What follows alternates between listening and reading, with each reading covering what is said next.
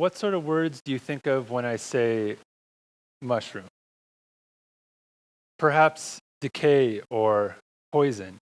Unless you're a little strange like I am, I don't expect you were thinking of excitement or beauty. And unless you were thinking of the infamous I'm a fun guy pun, I don't expect you were thinking of fun either.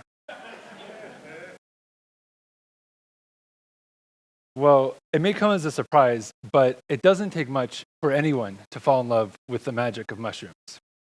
Before I go any further, I'm going to apologize to any hippies that may be listening. This is perhaps not the magic mushroom talk that you were expecting. Let me explain. Around 4 years ago, a book caught my eye about mushroom identification with the strangest book cover I've ever seen. I knew that I was not as excited about mushrooms as the man on this cover was. But I was curious what exactly he was so excited about. So I picked up the book and gave it a read. And with that, a ripple was sent forth that has become my most passionate hobby.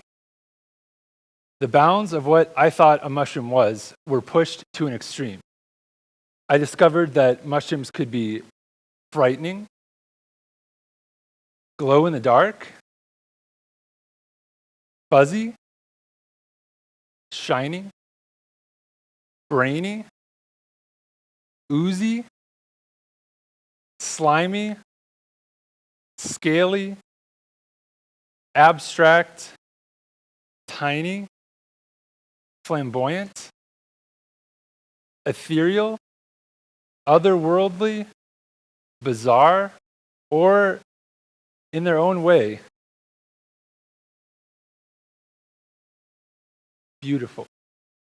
But that was just the beginning.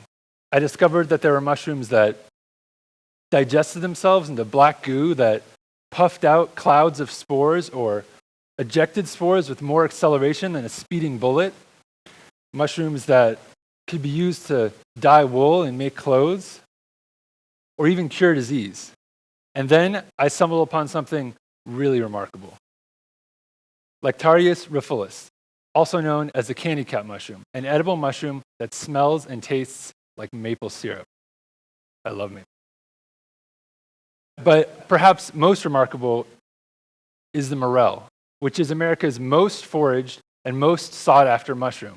It sells dried for hundreds of dollars a pound to masses who claim its unique earthy flavor is worth every cent. I was captivated. So I took to the outdoors in search of mushrooms. And it didn't take me long to find some. It turns out they're all over the place. In fact, I found hundreds of mushrooms right here from where I'm giving this talk at Cal Poly Pomona. Here are some of the first ones that I found. Immediately, I flipped through my mushroom identification book looking for a picture that resembled these, and I found one.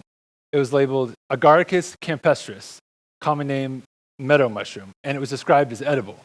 So I decided to give them a try. And now we come to a very important lesson I learned, which is you shouldn't eat anything that you find in the wild unless you're absolutely sure about what it is. When I took the time to actually read the book and look a little more closely, I found a note giving the importance of checking several characteristics when identifying mushrooms like these, which I had ignored. I had not placed the mushroom face down on a piece of paper so the spores could deposit and I could examine them. I had not cut open the mushroom and looked for a yellow discoloration in the flesh as it was exposed to air.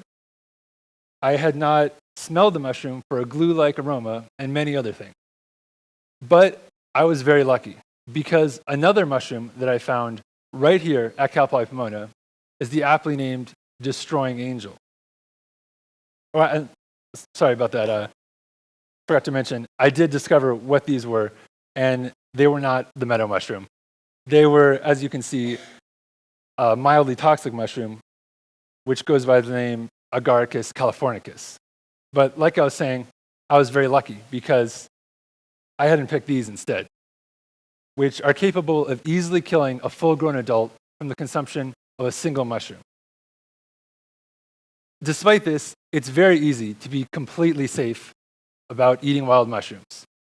If you just take the time to read them, books like the one I used make identifying wild fungi very straightforward and foolproof. And if you're ever even a little bit unsure about a wild mushroom, just don't eat it. I had made a mistake, but I had a lot of fun. I got my friends involved, and to my surprise, they had a lot of fun too. I've gained so many new and wild experiences that I would have never imagined otherwise from identifying and foraging macrofungi. And most importantly, I found my passion. I challenge you to go out and find something you're passionate about, no matter what other people think. I'm not going to say that foraging fungi is every person's secret calling, but if you take the time to look a little more closely at the little things in life, you may find them as a source of beauty, excitement, and fun. And most importantly, you may end up a truly fun guy or girl.